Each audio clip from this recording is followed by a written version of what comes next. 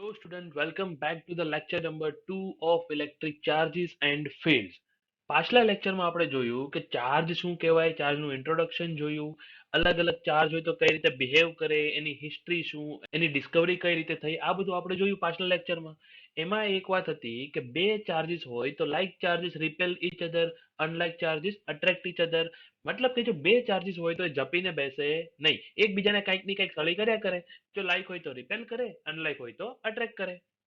તો ફોર્સની ડાયરેક્શન તો આપને ખબર છે, પણ ફોર્સનું મેગ્નિટ્યુડ આપને ખબર હતી નહીં. કારણ કે જો તમે કોઈને ધીમેથી ધક્કો મારો કે જોરથી ધક્કો મારો, કહેવાય તો બંને ફોર્સ જ, પણ ફોર્સના મેગ્નિટ્યુડ અલગ અલગ હોઈ શકે. તો ફોર્સનું મેગ્નિટ્યુડ આપણે આજના ક્લાસમાં જોવાનું છે. તો આ ફોર્સનું મેગ્નિટ્યુડ મેજર કરવાનું કામ કરેલું કુલમ ચચાએ. કુલમે શું કર્યું, તે ચાર્જ લીધા Q1 એન્ડ Q2, એને સેપરેટ કર્યા વિથ ડિસ્ટન્સ d. તેનો જો ફોર્સ મેજર કર્યો તો એને શું કીધું, the force between the two charges varies inversely as the square of the distance. મતલબ જો હું ડિસ્ટન્સ ઇન્ક્રીઝ કરું તો ફોર્સ ઘટે, કારણ inversely. And square of the distance, જો હું ડિસ્ટન્સને ડબલ કરું તો ફોર્સ ફોર્થ ટાઈમ થઈ જતો હતો. And is directly proportional to the product of the magnitude of two charge. મતલબ જો ચાર્જનું મેગ્નિટ્યુડ ઇન્ક્રીઝ કરું, what do you mean by magnitude by the way? મારી પાસે બે ચાર્જીસ છે, સપોઝ +5 એન્ડ -5. તો બંનેના મેગ્નિટ્યુડ કેટલા થયા? 5. એકની પ્લસ સાઇન છે, એકની નેગેટિવ સાઇન છે, those are just sign.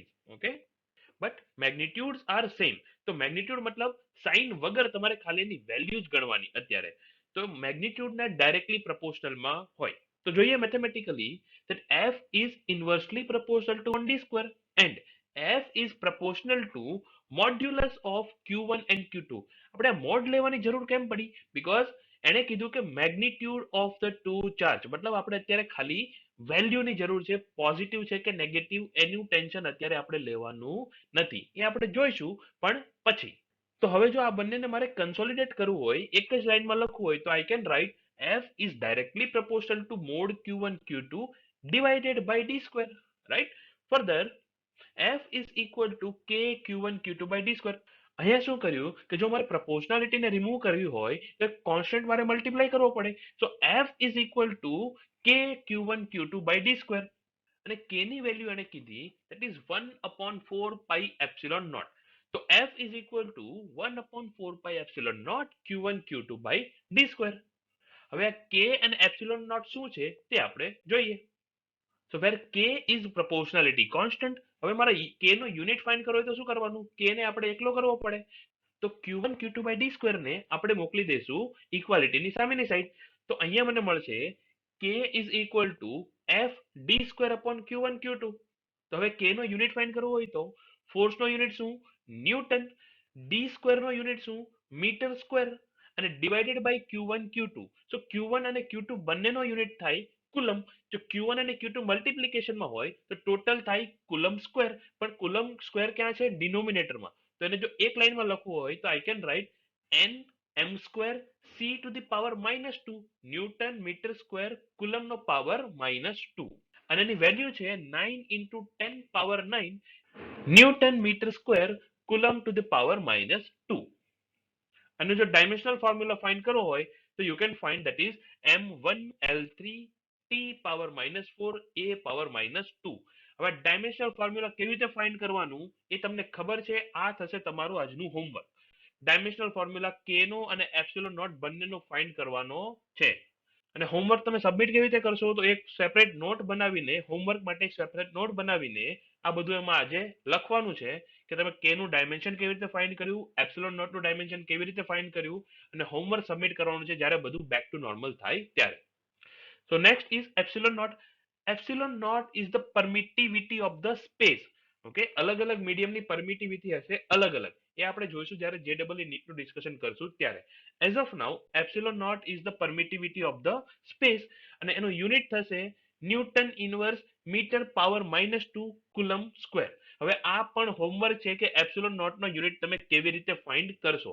Epsilon not ની વેલ્યુ થશે 8.85 into 10 power -12 newton inverse metre power -2 coulomb square. અને ડાયમેન્શન થશે m-1 l-3 t4 a square. Once again, what is homework? Unit of કે કેવી રીતે ફાઇન્ડ કરવાનો, dimension of કે કેવી રીતે ફાઇન્ડ કરવાનું, યુનિટ ઓફ એપ્સિલોન નોટ કેવી રીતે ફાઇન્ડ કરવાનું અને ડાયમેન્શન ઓફ એપ્સિલોન નોટ, આ ચાર વસ્તુ તમારે જાતે ફાઇન્ડ કરીને હોમવર્ક કરવાનું છે.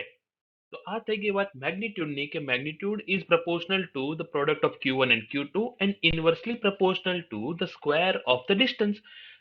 હવે મેથેમેટિકલી ફોર્સ અટ્રેક્ટિવ છે કે રિપલ્સિવ કેવી રીતે જોવાનું, તો આ મેથડ કે અટ્રેક્ટિવ ફોર્સ ક્યારે હોય કે જ્યારે ચાર્જ અનલાઇક હોય, મતલબ જો Q1 પોઝિટિવ હોય તો Q2 નેગેટિવ હોય, જો Q1 નેગેટિવ હોય તો Q2 પોઝિટિવ હોય, તો જ બંને અનલાઇક ચાર્જ કહેવાય ને. તો જો હું બંનેનું મલ્ટિપ્લિકેશન કરું તો આન્સર મને નેગેટિવ મળવાનો. સપોઝ મારી પાસે અગેન ચાર્જ છે -4 અને +3, એનું મલ્ટિપ્લિકેશન કરું તો કેવું થાય, -12 થાય. તો પોઝિટિવ અને નેગેટિવ નું multiplication is always less than 0. So if Q1 Q2 is less than 0, then force is attractive. Multiplication negative ક્યારે થાય, બંને unlike charge હોય ત્યારે. Now next, if Q1 Q2 is greater than 0, મતલબ બંનેનું મલ્ટિપ્લિકેશન કેવું છે, પોઝિટિવ. હવે suppose both charges are -3 and -4. તો હવે જો મલ્ટીપ્લાય કરતો શું થાય, +12. Minus minus multiplication is positive. અને જો બંને પોઝિટિવ હોય મતલબ +3 and +4 હોય તો again multiplication will be 12. So if both charges are like charges, then multiplication will be always greater than 0. So if Q1 Q2 is greater than 0, so force will be repulsive. તો like charge કેવી રીતે decide કરવાનું કે જો બંને Q1 Q2 નું product greater than 0 હોય તો both charges are like charge, અને જો પ્રોડક્ટ લેસ ધેન 0 હોય તો both charges are unlike charge. તો હવે ક્વેશ્ચન એ છે કે એ ટાઈમે તો ચાર્જનું મેગ્નિટ્યુડ કોઈને ખબર હતી નહીં, તો એને મેજર કઈ રીતે કર્યું કે force is proportional to Q1 Q2 નો પ્રોડક્ટ જ. તો એણે શું કર્યું, બે સ્ફિયર લીધા A અને B. Sphere A was fully charge, charge કેટલો છે તે એને ખબર નહોતી, that was unknown charge. Okay, sphere A was given some unknown charge Q અને sphere B પર લીધો 0 ચાર્જ, મતલબ sphere B was uncharged. પછી A અને B બંનેને એકબીજા સાથે ટચ કરાવ્યા. હવે જો A અને B આઈડેન્ટિકલ હોય, એકદમ સેમ હોય, તો બંને પર ચાર્જ કેટલો વધે, Q/2 Q/2. આપણે જોયેલું ને ચાર્જિંગ બાય કોન્ટેક્ટમાં કે ચાર્જિંગ બાય કન્ડક્શનમાં, જ્યારે કોઈ ચાર્જડ ઓબ્જેક્ટને અનચાર્જ ઓબ્જેક્ટ સાથે ટચ કરાવો તો ચાર્જડ ઓબ્જેક્ટમાંથી અનચાર્જ ઓબ્જેક્ટ તરફ ચાર્જ ફ્લો થશે. તો અહીંયા ચાર્જ કેવો થઈ જાય, અડધો અડધો. તો સપોઝ એ ઉપર કોઈ 10 કુલમ ચાર્જ હતો, તો એ અને બી ને ટચ કરાવ્યા પછી બંને ઉપર ચાર્જ કેટલો રહેશે, 5 તો પહેલા અનનોન ચાર્જ Q હતો, હવે એને ખબર છે કે અનનોન ચાર્જ Q/2 છે, અને એને કોઈ ફોર્સ મેજર કર્યો, સપોઝ ધેટ વોઝ F. પછી એને શું કર્યું, ત્રીજું આઇડેન્ટિકલ સ્ફિયર લીધું C, which was again uncharged. Sphere C પણ કેવું હતું, અનચાર્જ.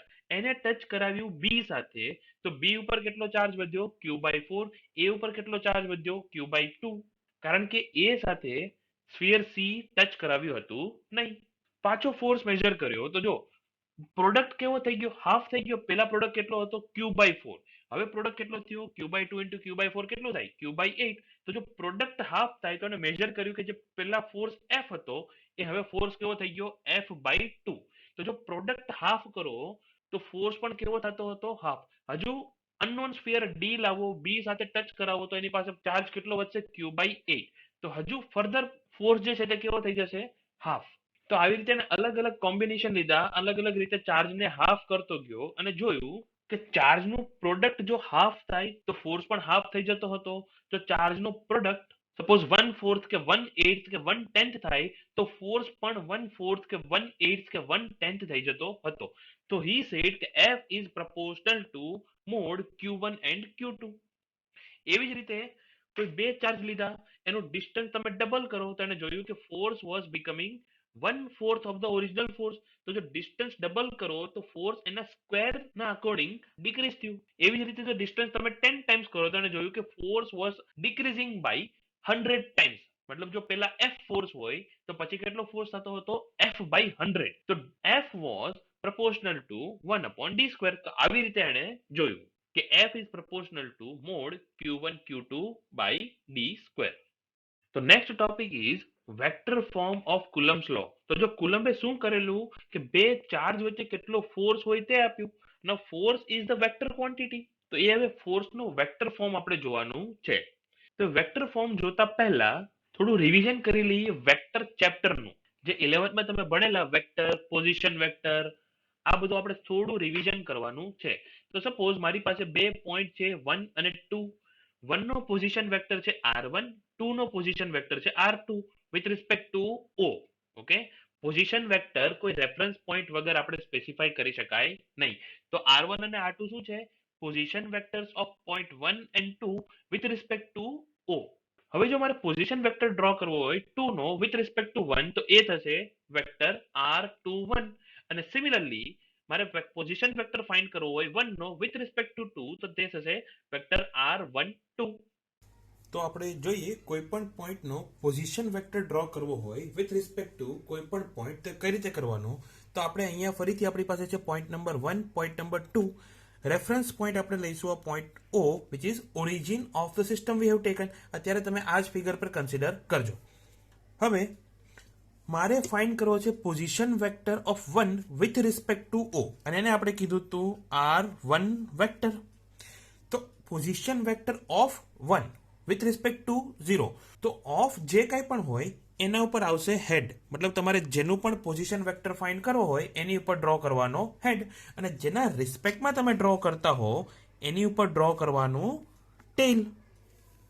તો આ થઈ ગયો position vector of 1 with respect two O. જો હવે મેં એમ કીધું હોત કે position vector of O with respect two 1 draw કરો, તો હેડ આવત અહીંયા અને ટેલ આવત અહીંયા, રાઈટ? સિમિલરલી જો મારે position vector of 2 with respect two 1 draw કરવું હોય તો પહેલા તો બંને પોઈન્ટ જોડી દો.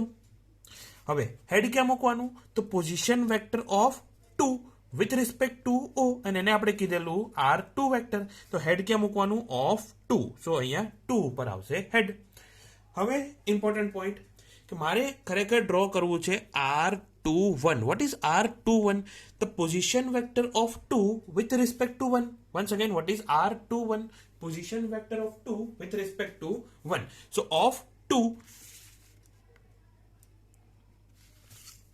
તો પહેલા તો બંને પોઈન્ટને જોડી દો.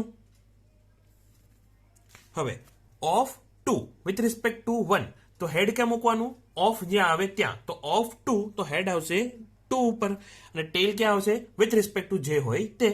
સો આ થઈ ગયું position vector of 2 with respect two 1, અને એને આપણે ડિનોટ કરશું R21 થી. હવે આનું મેથેમેટિક્સ. આ ત્રણ વેક્ટરમાં કયા ત્રણ vector? R1 vector, R2 vector અને R21 વેક્ટરમાં આ ટ્રાયેંગલમાં રિઝલ્ટન્ટ વેક્ટર તમને કયો લાગે છે? શું R21 છે તે રિઝલ્ટન્ટ વેક્ટર જેવું લાગે છે? ના, that is not the resultant vector. Resultant vector કેવી રીતે આઈડેન્ટિફાઈ કરવાનો? તો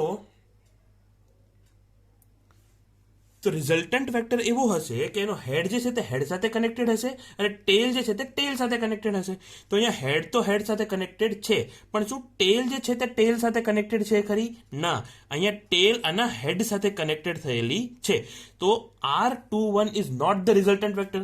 સો ત્રણ વેક્ટર્સમાંથી ફાઇન્ડ કરો કે કયો વેક્ટર એવો છે કે જે હેડ સાથે હેડ કનેક્ટેડ છે અને ટેલ સાથે ટેલ કનેક્ટેડ છે. તો જો R21 નું હેડ જે છે તે હેડ સાથે કનેક્ટેડ છે અને ટેલ જે છે તે ટેલ સાથે કનેક્ટેડ છે. એનો મતલબ R21 is the resultant vector of R1 and R2. તો હવે મારે આને મેથેમેટિકલી લખવું હોય તો I can right that R2 vector is equal to R1 vector plus R21 vector. તો R21 એટલે શું થાય? R21, therefore R21 is equal to R2 vector minus R1 vector. Similarly આપણે ડ્રો કરીશું R12 વેક્ટર. અહીંયા મેં R1 અને R2 vector already draw કરી દીધા છે વિથ રિસ્પેક્ટ ટુ O. તો R12 વેક્ટર એટલે શું? R12, તો આને કેમ વચાય કે position vector of 1 with respect to 2, right? So position vector of 1, so head આવશે 1 પાસે. So position vector of 1 with respect to 2. હવે મને આમાં કહો, આ ત્રણમાં રિઝલ્ટન્ટ વેક્ટર કયો દેખાય છે? હેડ સાથે હેડ અને ટેલ સાથે ટેલ કનેક્ટેડ હોય એવો વેક્ટર કયો છે? So that is R1 vector.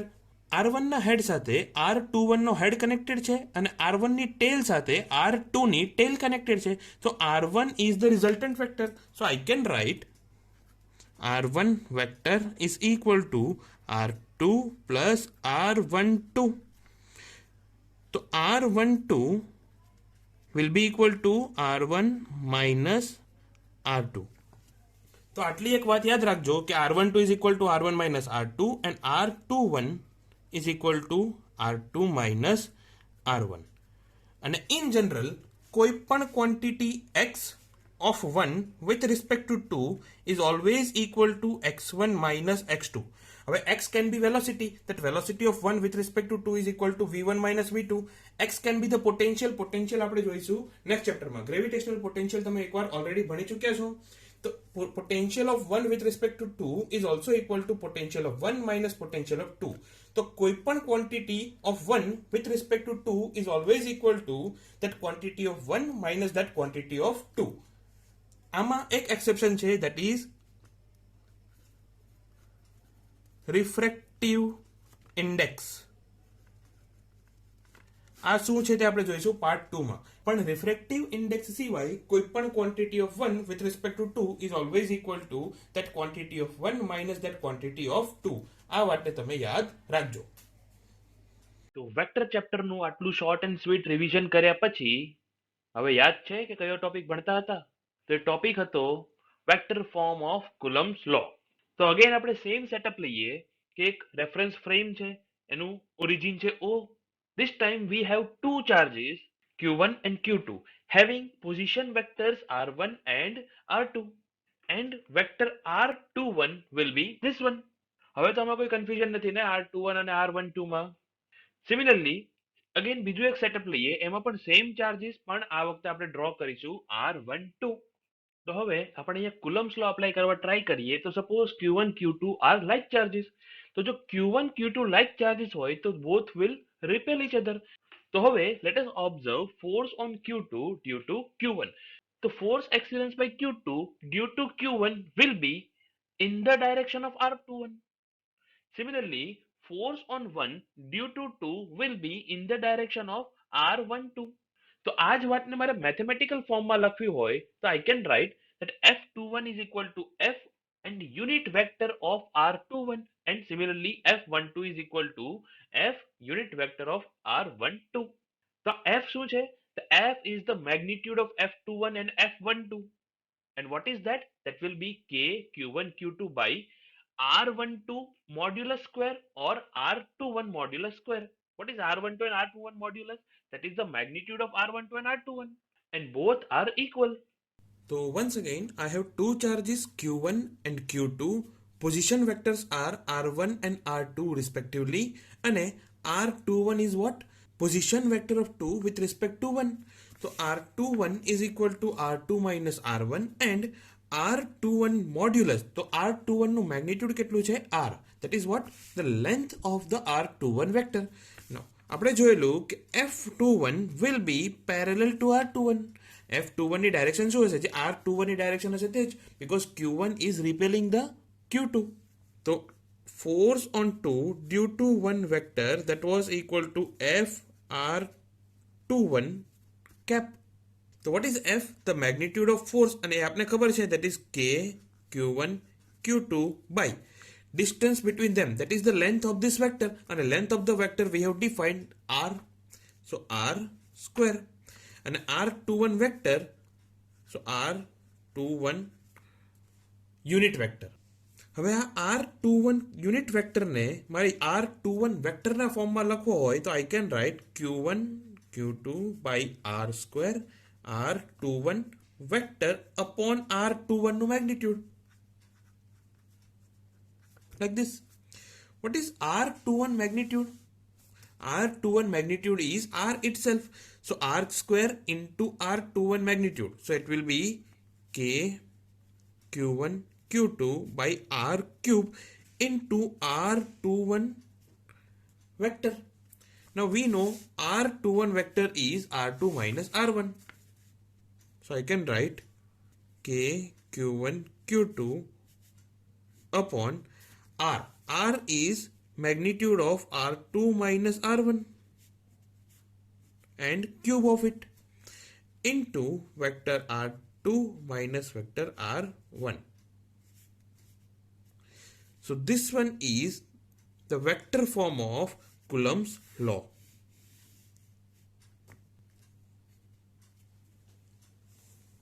Similarly, જો મારે F12 ફાઇન્ડ કરવું હોય તો F12 ની ડાયરેક્શન હતી આ, which was parallel to R12, not R21. R21 is from 1 to 2. R12 will be from 2 to 1. અહીંયા ક્યાંક હેડ આવશે ને, તો F12 was parallel to F12. તો એ થશે F12 vector is equal to K Q1 Q2 upon. હવે જો અહીંયા 2 1 છે તો 2 minus 1, તો આવી રીતે યાદ રાખવાનું કે અહીંયા જો 1 2 હોય તો R1 minus R2 hall cube into અહીંયા 2 minus 1 હતું, જો 2 1 ફાઇન્ડ કરતા હતા તો 2 minus 1, તો અહીંયા હું લખીશ R1 minus R2. તો R1 minus R2 શું થાય, અહીંયા લખીએ R1 minus R2 is equal to R12. So see, F12 is parallel to R12, તો અહીંયા પેરેલલી થઈ જાય R12. બસ તો આટલી હતી વાત કુલમ્સ લોની. કુલમ્સ લોનું વેક્ટર ફોર્મ આપણે જોયું. હવે જોઈએ પ્રોબ્લેમ્સ બેઝડ ઓન કુલમ્સ લો. તો એક્ઝામ્પલ નંબર 1.4 એનસીઆરટીમાં તો બહુ લેન્ધી આપેલો છે પ્રોબ્લેમ, પણ આપણે એને પોઈન્ટ બાય પોઈન્ટ બ્રેકડાઉન કરીને સોલ્વ કરીશું. So it says Coulomb's law for electrostatic force between two point charges and Newton's law of gravitational force between two stationary point masses both have inverse square dependence on the distance between the charges or masses. તો આ એક fact આપેલો છે, આનું પ્રોબ્લેમમાં કઈ use નથી. પણ કુલમ્સ લો શું છે, K Q1 Q2 by d square. Gravitational law શું છે, G m1 m2 by d square. So both are inversely proportional to square of the distance. એ અહીંયા કીધું છે. તો નેક્સ્ટ પોઈન્ટ જોઈએ, compare the strength of these forces by determining the ratio of their magnitudes for an electron and proton. તો હવે we have to measure the strength of electric force and magnetic force કોની વચ્ચે, તો એક electron અને એક પ્રોટોનની વચ્ચે. So for example we have an electron and a proton separated by distance d suppose. Okay, તો હવે બંને ચાર્જ છે, બંને મેટર પણ છે. તો જો બે ચાર્જ હોય તો એકબીજા પર કયો ફોર્સ લગાવે, ઇલેક્ટ્રિક ફોર્સ, અને બે મેટર્સ એકબીજા પર કયો ફોર્સ લગાવે, ગ્રેવિટેશનલ ફોર્સ. તો એ બંનેની સ્ટ્રેન્થ આપણે ફાઇન્ડ કરવાની છે. તો એની પહેલાં what is mass of electron, આ તમે યાદ રાખી શકો તો યાદ રાખવાનું, otherwise it will be given in the exam. that is 9.1 into 10 power minus 31 kilogram. And what is mass of proton? That is 1.67 into 10 power minus 27 kilogram. And the charge of electron will be same as charge of proton in terms of magnitude, not according to the signs. So in terms of magnitude, Q is equal to Qp, and that is 1.6 into 10 power minus 19 coulomb. Let us call it a Q. Okay, that is equal to Q, let us suppose. So what is electric force? Fe will be equal to K Q E Q P divided by d square. What is K? 9 into 10 power 9. QE QP are Q only, and that is 1.6 into 10 power minus 19 whole square upon d square. Similarly, Fg is equal to G Me Mp upon d square. So that will be 6.67 into 10 power minus 11 into 1.6 into 10 power minus 27 into 9.1 into 10 power minus 31 kilogram divided by d square. તો હવેની strength compare કરવા માટે આપણે લેવાનો એનો ratio. So Fe by Fg will be equal to 9 into 10 power 9 into 1.6 into 10 power minus 19 whole square divided by d square into upon Fg. So here Fg will be inverted. So 6.67 into 10 power minus 11 into 1.6 into 10 power minus 27 into 9.1 into 10 raised to minus 31 upon d square. So take the ratio. I am writing directly So see, d square will get cancelled, and if you take the ratio, you will find it is 2.37 into 10 to the power 39. Now, what is the significance of this? So, see, I can write Fe is equal to 2.4, nearly equal to 2.4 into 10 power 39 times Fg. So, Fe is 10 power 39 times stronger than Fg. Okay, so I can say that Fe is very stronger than Fg. So if you remember the chapter 1 of standard 11, એમાં આવેલું કે there are four types of forces. What are they? Strong nuclear force, weak nuclear force, gravitational force and electromagnetic force. And among them, which was the weakest force? And that was gravitational force. So see here you can see Fg is very weaker than Fe. હવે next આપણે same process follow કરવાની છે four 2 protons. તો હવે આ પાર્ટમાં આપણે same method use કરવાની છે, but this time we have two protons. So this one is proton, this one is also a proton, and separation is again D. Again you have to compare the strength of gravitational force with electric force. So again mass of proton is how much? 1.67 into 10 to the power minus 27 kg. Charge of proton is 1.6 into 10 power minus 19. So what is Fg?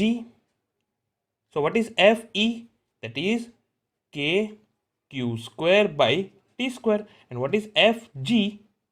That is k mp square upon d square. So if I want to find Fe upon Fg, that will be equal to this will be g, the universal gravitational constant.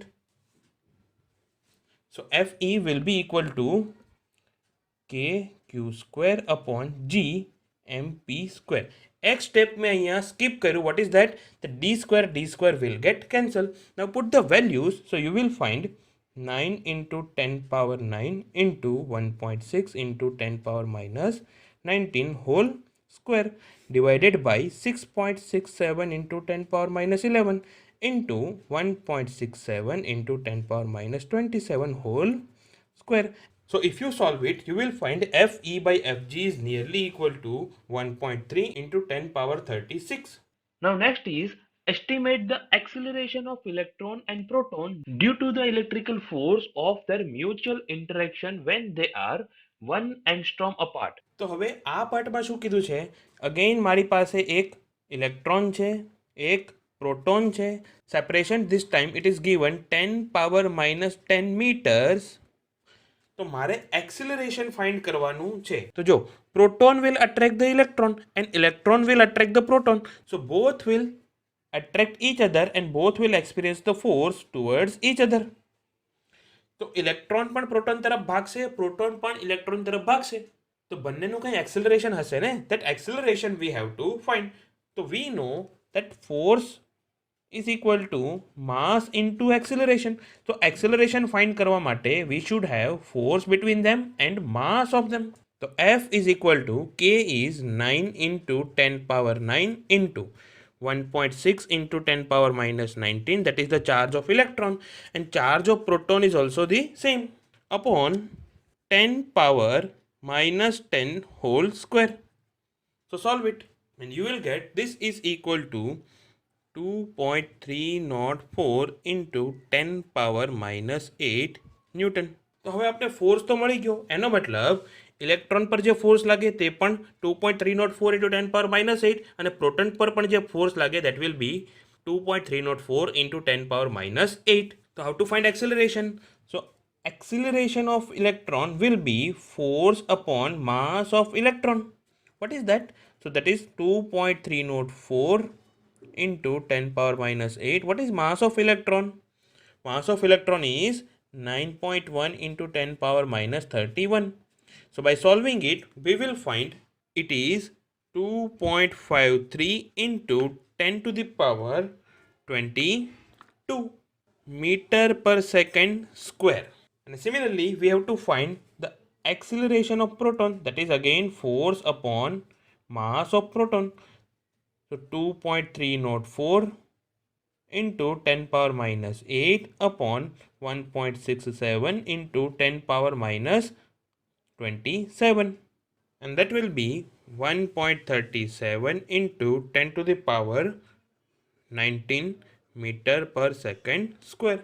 So these two are our answer. Now next example is example number 1.5. A charged metallic sphere A is suspended by nylon thread. Another charged metallic sphere B is held by an insulating handle, is brought close to A such that the distance between the centers is 10 centimeter as shown in the figure, and the resulting repulsion A is noted. પછી spheres A and B are touched by uncharged sphere C and D respectively as shown in the figure. C and D are then removed and B is brought closer to A to a distance of 5 centimeter between the centers as shown in the figure. The question is, what is expected repulsion of A on the basis of Coulomb's law? તો હવે આ પ્રોબ્લેમને આપણે step by step સમજીએ. Sphere A and C and sphere B and D have identical size. એનો મતલબ A અને C બંને સાઈઝમાં સેમ છે, B અને D બંને સાઈઝમાં સેમ છે. પણ ignore the sizes of A and B, ignore the sizes of A and B in comparison to the separation between their center. મતલબ A અને B એટલા નાના છે કે એની સાઈઝ, એનું જે સેપરેશન છે એની કરતા નેગ્લિજિબલ છે. મતલબ 10 સેન્ટીમીટરની કમ્પેરમાં પણ A અને B ની સાઈઝ કેવી છે? Very very small. So maybe 1 millimeter, 2 millimeter will be the diameter of the sphere. But in short, the sizes are negligible compared to the separation. તો જોઈએ આ પ્રોબ્લેમને સ્ટેપ બાય સ્ટેપ. તો પહેલા શું કર્યું? આપણી પાસે બે સ્ફિયર હતા, સ્ફિયર A અને સ્ફિયર B. A ને સસ્પેન્ડ કરેલો હતો નાયલોન થ્રેડથી અને B ને પકડેલો હતો કોઈ ઇન્સ્યુલેટિંગ હેન્ડલથી. હવે ઇન્સ્યુલેટિંગ હેન્ડલ કેમ લીધું? આપણે પાછળના લેક્ચરમાં જોયેલું ને કે જો ડાયરેક્ટલી તમે સ્ફિયરને પકડો તો એ તમારી બોડીના થ્રુ જે કંઈ એક્સ્ટ્રા ચાર્જ હતો એ ક્યાં જતો રહેશે? ગ્રાઉન્ડમાં. સિમિલરલી એને પણ નાયલોન થ્રેડથી લટકાવેલો છે.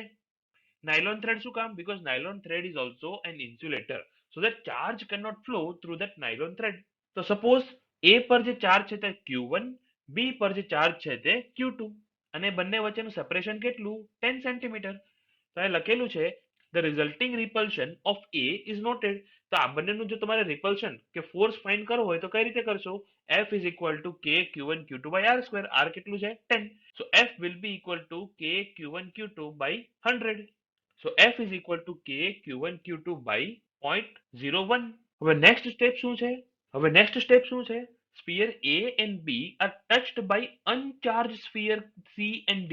તો જો આ સ્ફિયર A અને સ્ફિયર B હતા, એને આપણે ટચ કરાવ્યા સ્ફિયર C અને સ્ફિયર D થી. હવે જો આને આપણે ટચ કરાવીએ તો ચાર્જ શું થશે? પહેલા C અને D પર કોઈ ચાર્જ હતો નહીં, તો A માંથી ચાર્જ જશે C પર, B માંથી જશે D પર. હવે જો A અને C both are identical, તો ચાર્જીસ પણ શું થઈ જશે? Half half. અને B અને D પણ કેવા? Identical. So again charges will be half half. તો A ઉપર ચાર્જ કેટલો હતો? Q1. તો આફ્ટર ટચિંગ ચાર્જ કેટલા થશે? Q1/2 Q1/2. સિમિલરલી B પર ચાર્જ કેટલો હતો? Q2. તો ચાર્જ કેટલા થશે? Q2/2 and Q2/2. તો Q1 Q2 will be disappear. તો ચાર્જીસ થઈ જશે Q1/2 Q1/2 અને BD પર Q1/2 Q1/2. હવે આપણે C અને D ને શું કરી દેવાના? રિમૂવ. તો હવે પહેલા જે સિસ્ટમ હતી તેમાં કેવું હતું? A અને B બંને ઉપર ચાર્જ હતો Q1 and Q2 and separation હતું 10 સેન્ટીમીટર. હવે સેપરેશન રિડ્યુસ કરીને આપણે કરી દીધું 5 સેન્ટીમીટર. તો હવે આપણે અગેન ફોર્સ ફાઇન્ડ કરવાનો છે. તો આ છે આપણી સિસ્ટમ. એનો હું ફોર્સ ફાઇન્ડ કરું તો F will be equal to K Q1/2 Q2/2 and 0.05, because separation જે છે તે આપેલું છે સેન્ટીમીટરમાં, તો આપણે લખવાનું 0.05 because we have to convert that into the meters. So that will be equal to K Q1 Q2 by 4. આ 4 ક્યાંથી આવ્યો? Q1/2 Q2/2. બંને ડિનોમિનેટરના 2s ને ક્યાં લઈ લીધા? ડિનોમિનેટરમાં. So K Q1 Q2 by 4 into 0.0025. 0.5 નો સ્ક્વેર કેટલો થાય? 0.0025. So 4 into 0.0025 will be how much? That will be again 0.01. So F2 will be equal to K Q1 Q2 by 0.01. So what is 0.01? That was F1. તો F2 will be equal to F1. તો શું થયું, અહીંયા Q1 ને પણ half કર્યું, Q2 ને પણ હાફ કર્યું, અને જો ડિસ્ટન્સ પણ હાફ કરો તો ફોર્સ ચેન્જ થાય નહીં. તો આ છે આપણો answer. So that's it for today's class. Next ક્લાસમાં આપણે જોઈશું થોડા વધારે problem based on the Coulomb's law and its vector form. Till then keep studying, stay home, stay safe, by.